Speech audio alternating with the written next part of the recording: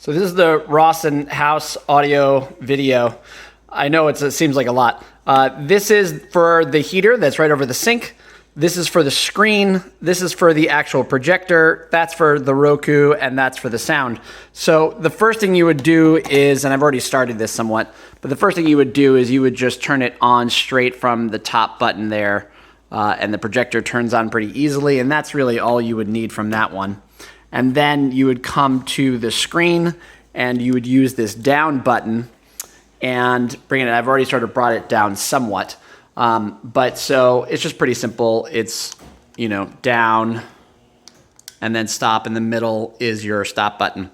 The thing that I always like to try and do is I try and like to look at this bottom right screen here. And if you're standing sort of on the left-hand side, you can bring it down.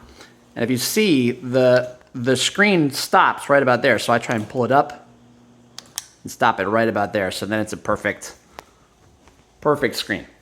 Once you're done there and the screen is on, you can put that back so you don't need screen anymore. Then I turn on the audio and you just press the power button right at the top there. And when it comes on, it should say on, and you can switch it from Bluetooth to TV using this issue. If you have Bluetooth, if you have a new phone, you can just press the pair button.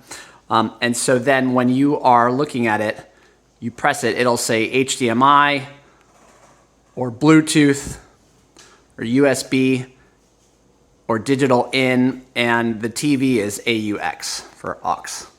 And then you probably want to leave this around so you can switch the audio. And then on the Roku is usually just on. You press the home button, which is top right there, and then you're in.